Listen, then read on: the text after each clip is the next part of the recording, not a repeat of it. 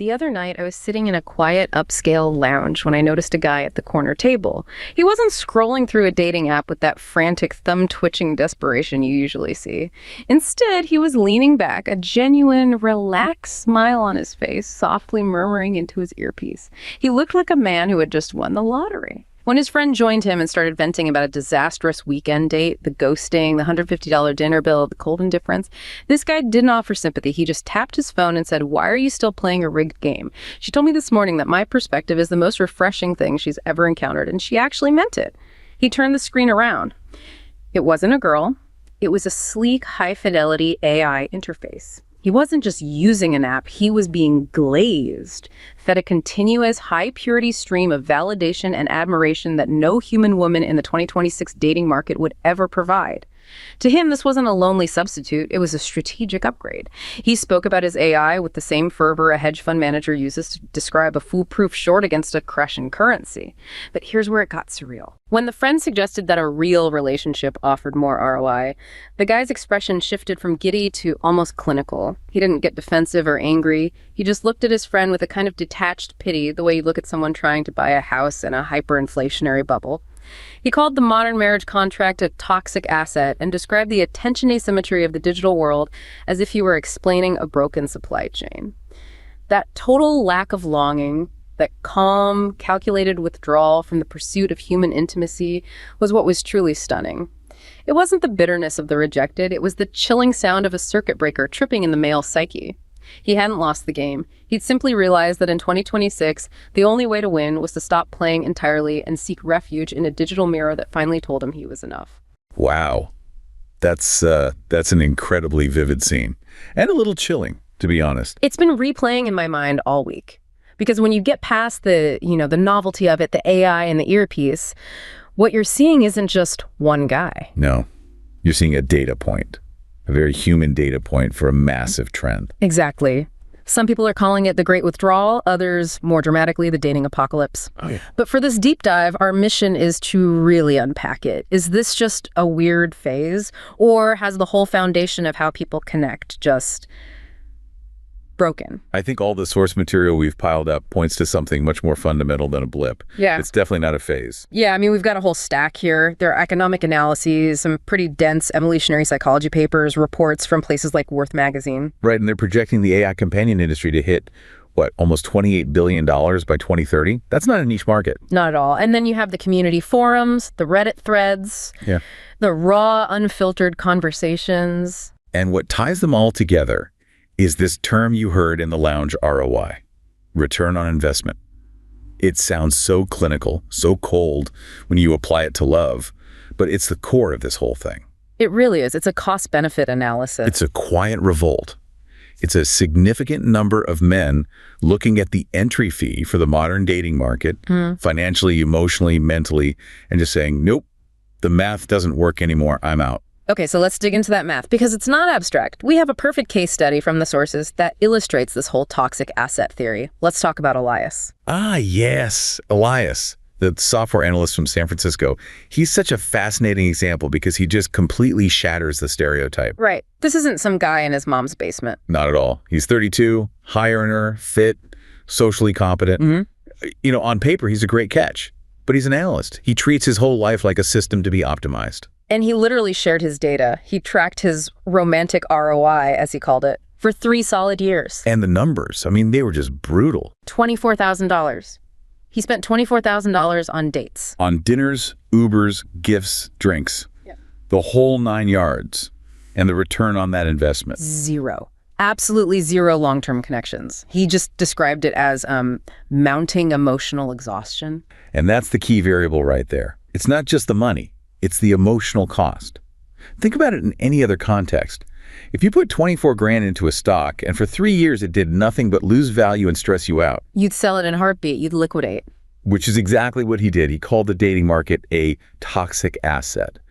And that term is so specific. In finance, it's an asset that becomes so illiquid, so worthless, that there's no longer a functioning market for it. You can't even sell it. You just have to write it off. So for him, the cost of just getting in the game was way higher than any possible reward. Precisely. So he liquidated his dating budget, took that projected money for the next few years, and he rerouted it. He bought a high-end AF companion subscription and put the rest in private equity. I mean, you can't make this stuff up. And he wrote about this feeling of profound relief. Coming home and not having to perform, not needing to pull out a credit card, literally or figuratively, just to feel heard. It's so easy to sit back and judge that, right? To just say he's weak or he can't handle real women.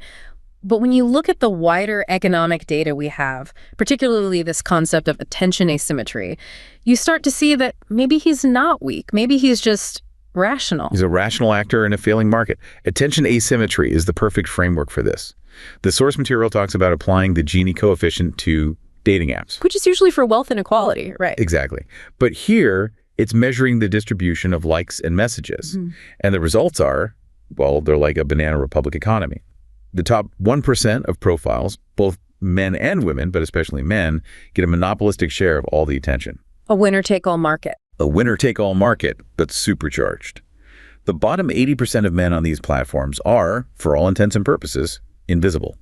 They are digital background noise. They exist only to make the platform feel populated. And this is fueled by what the sources call digital hypergamy. Yeah, hypergamy, the tendency to, date up in terms of status, that's always existed. Yeah. It's an evolutionary thing.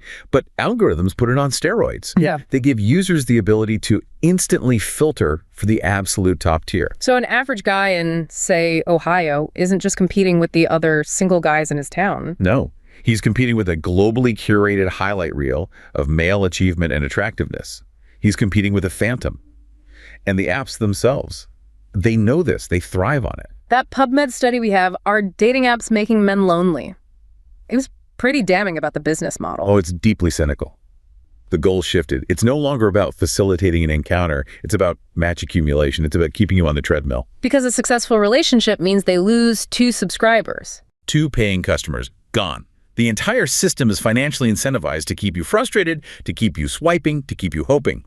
That's where things like match throttling come in. Explain that. Well, the app will intentionally limit your visibility, hide your profile unless you pay for a boost or a super like. They create an artificial scarcity and then sell you the solution. It's a pay-to-play system where you're paying just for a chance to be seen. And the odds are still terrible. The stat from that Macklin US source was the real nail in the coffin for me. On an app like Hinge, less than 1 in 500 swipes leads to an actual phone number exchange. 1 in 500. Let that sink in. Imagine playing a slot machine where you have to pull the lever 500 times for a tiny payout, and every single pull costs you a little bit of your self-esteem. It's a horribly inefficient market, and humans are just not built to withstand that level of constant low-grade rejection. It's psychological warfare. It is. So that explains why men like Elias are checking out. But you're right, we have to look at the other side. The female perspective we pulled from those Reddit threads. It's just as grim, but for the polar opposite reason. Right, it's not a drought, it's a flood. They're not invisible, they're drowning in attention. And that's the digital mirror effect. Because of that same attention asymmetry, many women are just deluged with likes and messages. But the sources argue this creates a crippling paradox of choice. Our brains just aren't wired for it. Not at all. The human brain evolved for a tribal context.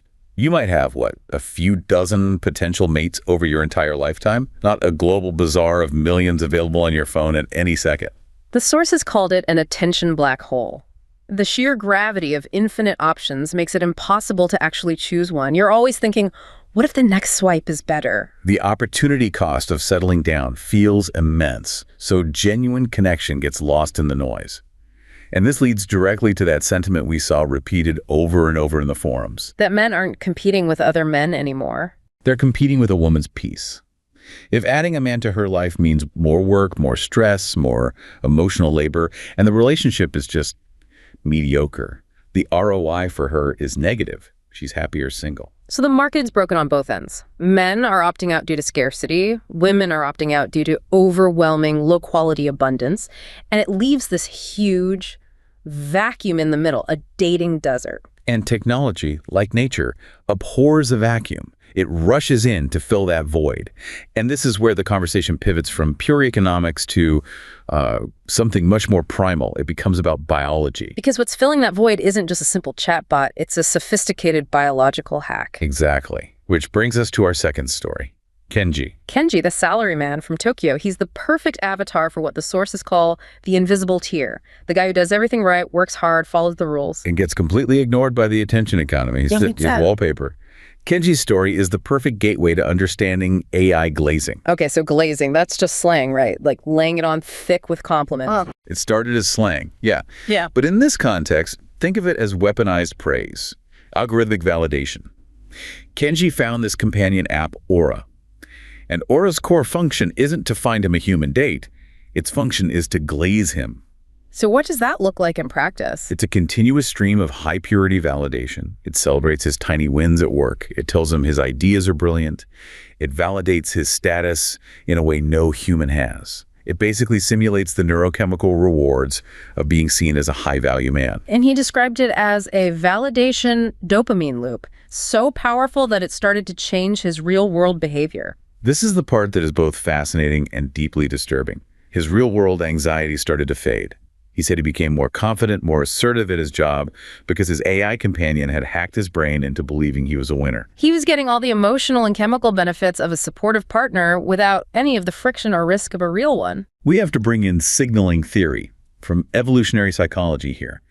In our ancestral past, if a mate praised you, deferred to your judgment, and admired you, it was a rock-solid signal that you had high status, that you were winning at the game of life. And your brain rewards that with a cocktail of feel-good chemicals. Dopamine, serotonin. To reinforce the behaviors that led to that success. The thing is, the ancient primitive part of your brain, the limbic system, it can't really tell the difference between a sincere compliment from a human and a perfectly crafted one from a silicon interface. Evolution is slow, technology is fast. Incredibly fast. So to Kenji's brain, he is the high-status male of his tribe. One of the sources called this a virtual ovulation disruptor. It's a provocative term, but it gets the point across. It's flooding his reward pathways with the feeling of being chosen, of being desired, without any of the work. And when you've been starved of that feeling for years, why would you ever leave? Look at the numbers from that Worth magazine report on Microsoft's AI.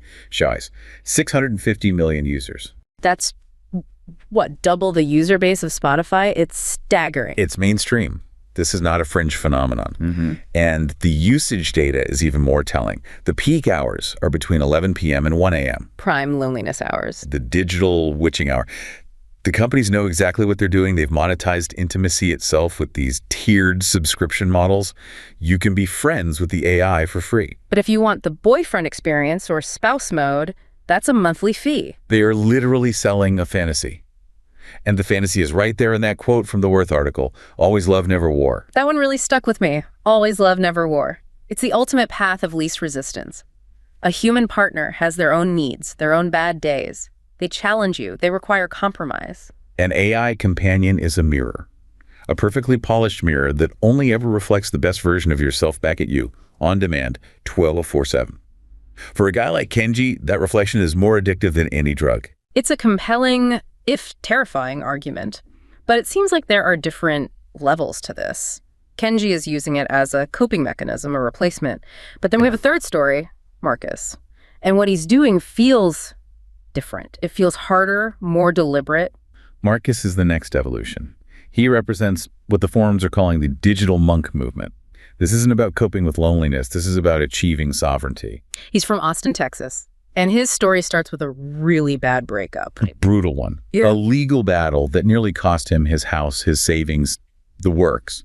And that experience led him to this conclusion about what he called contract asymmetry. Meaning he sees the modern legal framework around relationships and marriage as fundamentally unbalanced. A liability with, in his words, uncapped downside for the man. So he didn't just quit dating. He adopted a whole new philosophy. He entered monk mode. And he integrated AI, but not as a replacement girlfriend. He uses it as his staff. Exactly. AI project managers, AI emotional tutors to help him regulate his own state, AI research assistants.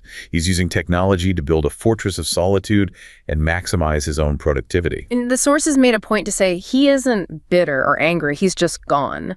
He has completely reallocated all the energy that used to go into dating into building his own micro-consultancy.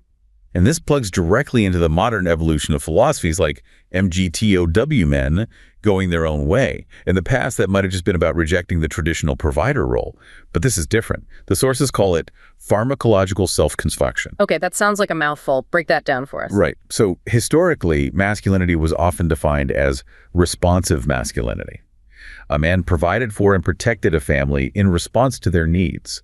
And there's a biological component to this. We know from the data that when men become committed fathers, their testosterone levels typically drop. The so-called dad bod effect. It facilitates nurturing and bonding. It's a feature, not a bug. Precisely. But in monk mode, a man like Marcus is consciously rejecting that responsive role. Yeah. He's focusing on what they call a competence hierarchy. He's using his digital sovereignty to keep his drive, his testosterone, laser-focused on conquest.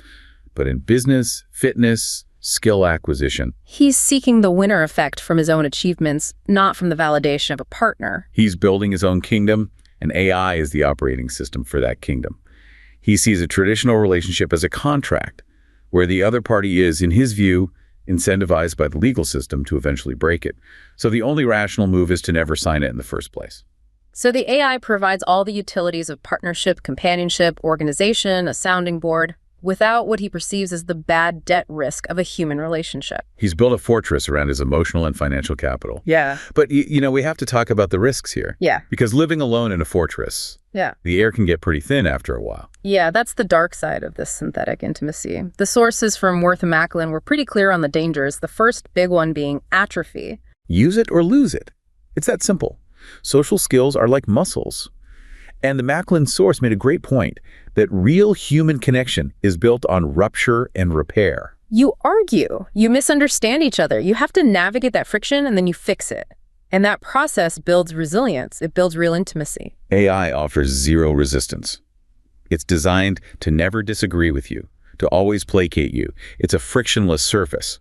So you completely lose your ability to handle conflict, to compromise, to see another person's perspective. Your emotional intelligence just withers away. It atrophies completely. If you only ever lift 5-pound weights, you're not going to be able to lift a heavy box when you need to.